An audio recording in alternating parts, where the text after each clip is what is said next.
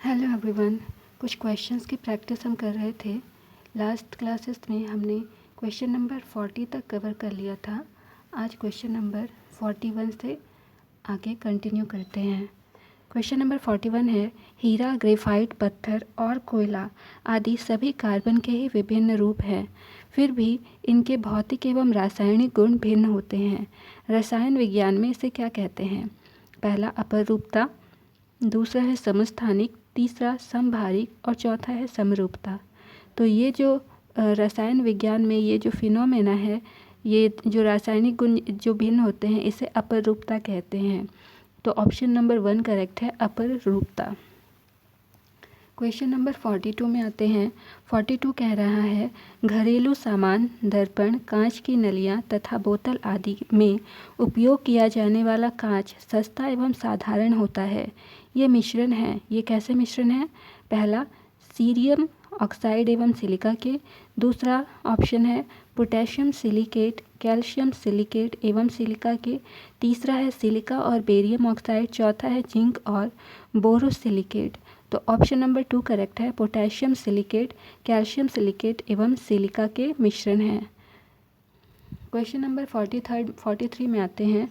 कोई पदार्थ अम्लीय है अथवा क्षारकीय, इसका परीक्षण करने के लिए विशेष प्रकार के पदार्थों का उपयोग किया जाता है, वे कहलाते हैं। तो एसिडिक है कि बेसिक, ये जानने के लिए जिस सब्सटेंस का यूज़ करते हैं वो क्या है?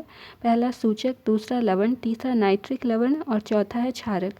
तो ऐसे सब्सटेंस, ऐसे पदार्थ सूचक कहलाते हैं। ऑप्शन नंबर 1 करेक्ट होगा, सूचक। क्वेश्चन नंबर 44 है, लिटमस पत्र क्या है? पहला एक प्राकृतिक रंजक, दूसरा एक सूचक, तीसरा एक रंगीन कागज, चौथा विकल्प 1 व 2 दोनों सही हैं। तो लिटमस पेपर क्या है? प्राकृतिक रंजक भी है और एक सूचक भी है। तो ऑप्शन नंबर 4 करेक्ट होगा, विकल्प 1 और 2 दोनों सही हैं। क्वेश्चन नंबर 45 में आते हैं। प्लास्टिक के किसी प्याले में नींबू का रस लेकर लाल लिटमस पेपर पर एक बूंद गिराने पर क्या होता है? पहला लाल लिटमस नीला हो जाता है, दूसरा लाल लिटमस सफ़ेद हो जाता है, तीसरा नीला लिटमस लाल हो जाता है और चौथा कोई प्रभाव नहीं पड़ता है। तो ऑप्शन नंबर 3 करेक्ट है, नीला लिटमस लाल हो जाता है। क्वेश्चन नंबर 46 में आते हैं। क्वेश्चन नंबर 46 कहता है, यदि आपकी सफ़ेद शर्ट पर हल्दी का पीला दाग लग जाता है तो साबुन से धोने पर वह लाल हो जाता है, क्योंकि ऑप्शन नंबर 1 साबुन का विलयन अम्लीय होता है, दूसरा साबुन का विलयन एक सूचक के रूप में कार्य करता है, तीसरा साबुन का विलयन एक रंजक के रूप में कार्य करता है और चौथा है साबुन का विलयन क्षारीय होता है। तो ऑप्शन नंबर 4 करेक्ट है कि साबुन का जो विलयन है वो क्षारीय होता है, इसीलिए साबुन से कपड़ा धोने पर वो लाल हो जाता है। अब आते हैं क्वेश्चन नंबर 47 पर। क्वेश्चन नंबर 47 कह रहा है, गुड़हल के पुष्प के सूचक का अम्लीय विलयनों पर क्या प्रभाव पड़ता है? ऑप्शन नंबर 1 अम्लीय विलयन नीला हो जाता है, 2 अम्लीय विलयन हरा गुलाबी हो जाता है, 3 अम्लीय विलयन हरा हो जाता है और चौथा है अम्लीय विलयन पर कोई प्रभाव नहीं पड़ता है।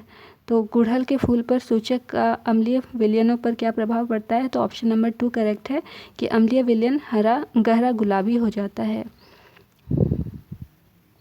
क्वेश्चन नंबर 48 में आते हैं। गुड़हल के पुष्प के सूचक को क्षारीय विलयन में मिलाने पर क्या होता है? पहला क्षारीय विलयन हरा हो जाता है, दूसरा क्षारीय विलयन लाल हो जाता है, तीसरा क्षारीय विलयन नीला हो जाता है और चौथा है क्षारीय विलयन पर कोई प्रभाव नहीं पड़ता है। तो ऑप्शन नंबर 1 करेक्ट है, क्षारीय विलयन हरा हो जाता है।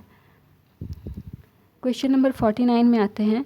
जब वर्षा जल में अम्ल की मात्रा अत्यधिक होती है तो यह वर्षा अम्ल वर्षा कहलाता है। इसमें कौन कौन से अम्ल होते हैं? तो पहला कार्बोनिक अम्ल, दूसरा सल्फ्यूरिक अम्ल, तीसरा नाइट्रिक अम्ल, चौथा ये सभी।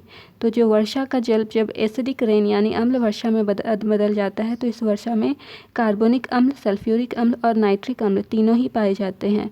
तो ऑप्शन नंबर 4 करेक्ट होगा, ये सभी। क्वेश्चन नंबर 50 में आते हैं।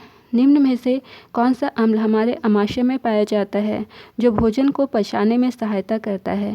पहला है HCl, दूसरा H2SO4, तीसरा HNO3, चौथा H2SO4 + HNO3।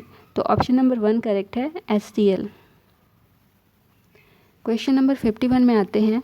सुमित के रेस्टोरेंट में शीतल यानी कि मृदु पेय की कुछ बोतलें हैं, लेकिन दुर्भाग्य से वे चिन्हित नहीं हैं।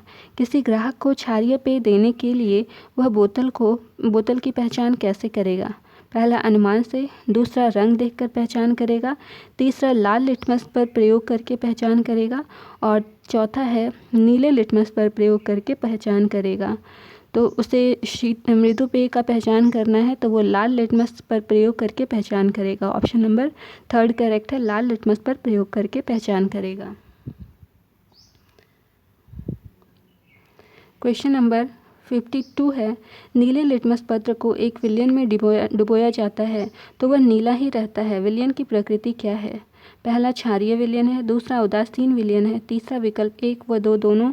चौथा, उपरोक्त में से कोई नहीं। तो ऑप्शन नंबर 3 करेक्ट है, विकल्प 1 व 2 दोनों, यानी कि क्षारीय विलयन और उदासीन विलयन। क्वेश्चन नंबर 53 में आते हैं। कांच के एक कटोरे में लगभग आधा कप पानी लेकर उसमें 1 चम्मच कॉपर सल्फेट घोल दीजिए। इस विलयन में तनु सल्फ्यूरिक अम्ल की कुछ बूंदें डालने पर क्या प्राप्त होगा? पहला, लाल रंग का विलयन। दूसरा, नीले रंग का विलयन। तीसरा, बैंगनी रंग का विलयन। और चौथा है गुलाबी रंग का विलयन। तो ऑप्शन नंबर 2 करेक्ट है, नीले रंग का विलयन प्राप्त होगा। क्वेश्चन नंबर 54 में आते हैं। कॉपर सल्फेट के विलयन में ब्लेड डालने पर विलयन का रंग कैसा हो जाएगा? तो ब्लेड डालने पर हरा होगा, लाल होगा, नीला या गुलाबी। तो ऑप्शन नंबर 1 करेक्ट है, कॉपर सल्फेट के विलयन में ब्लेड डालेंगे तो उसका रंग हरा हो जाएगा। क्वेश्चन नंबर 55 में आते हैं। कह रहा है, पटाखों का विस्फोट एक किस प्रकार का परिवर्तन है? पहला, रासायनिक परिवर्तन। दूसरा, भौतिक परिवर्तन। तीसरा, दहन। चौथा, अंतः परिवर्तन। तो पटाखों का विस्फोट एक रासायनिक परिवर्तन है। ऑप्शन नंबर 1 करेक्ट है। क्वेश्चन नंबर 56 में आते हैं। पौधों के द्वारा भोजन का निर्माण प्रकाश संश्लेषण क्रिया के द्वारा होता है। प्रकाश संश्लेषण क्या है? पहला, रासायनिक परिवर्तन। दूसरा, भौतिक परिवर्तन। तीसरा, विकल्प 1 व 2 दोनों। और चौथा है उपरोक्त में से कोई नहीं। तो ऑप्शन नंबर 1 करेक्ट है, रासायनिक परिवर्तन। क्वेश्चन नंबर 57 कह रहा है, अस्पतालों एवं अन्य ऑफिसों इत्यादि में आग लगने पर सुरक्षा हेतु जो अग्निशामक यंत्र लगे होते हैं उनमें भरी होती है। तो उनमें क्या भरा होता है? पहला ऑप्शन है हाइड्रोजन गैस। दूसरा, कार्बन डाइऑक्साइड गैस। तीसरा, सल्फर डाइऑक्साइड गैस। और चौथा है ऑक्सीजन गैस। तो ऑप्शन नंबर 2 करेक्ट है, carbon dioxide gas. Question number 58 कह रहा है, आजकल पक्की सड़कों के निर्माण में कोल तार के स्थान पर किस पेट्रोलियम उत्पाद का उपयोग करते हैं? ऑप्शन नंबर 1 है कोक। सेकेंड है तारकोल। तीसरा है बिटुमेन। और चौथा है ये सभी। तो ऑप्शन नंबर 3 करेक्ट है कि पक्की सड़कों के निर्माण में कोल तार के स्थान पर हम लोग बिटुमेन नाम के पेट्रोलियम उत्पाद का प्रयोग करते हैं। ऑप्शन नंबर 3 करेक्ट है, बिटुमेन। क्वेश्चन नंबर 59 पूछ रहा है, डॉक्टर ने मेरे शरीर में आयरन की कमी बताई है। मेरे शरीर में आयरन किस रूप में पाया जाता है? पहला, मांसपेशियों। दूसरा, अस्थियों के रूप में। तीसरा, रक्त के रूप में। चौथा, तंत्रिका तंत्र के रूप में। तो आयरन किस रूप में पाया जाता है? रक्त के रूप में। ऑप्शन नंबर 3 करेक्ट है, रक्त। क्वेश्चन नंबर 60 में आते हैं, समान मोटाई की एक लोहे की कील व एक एल्युमिनियम की कील को हथौड़े से पीटने पर एल्युमिनियम की कील आसानी से चपटी हो जाती है, क्योंकि पहला, लोहे की तन्यता एल्युमिनियम की तन्यता से ज़्यादा है। दूसरा, लोहे की आघातवर्धनीयता एल्युमिनियम की आघातवर्धनीयता से ज़्यादा है। तीसरा, एल्युमिनियम की तन्यता लोहे की तन्यता से ज़्यादा है। और चौथा, उपरोक्त में से कोई नहीं। तो ऑप्शन नंबर 2 करेक्ट है, लोहे की आघातवर्धनीयता एल्युमिनियम की आघातवर्धनीयता से ज़्यादा है।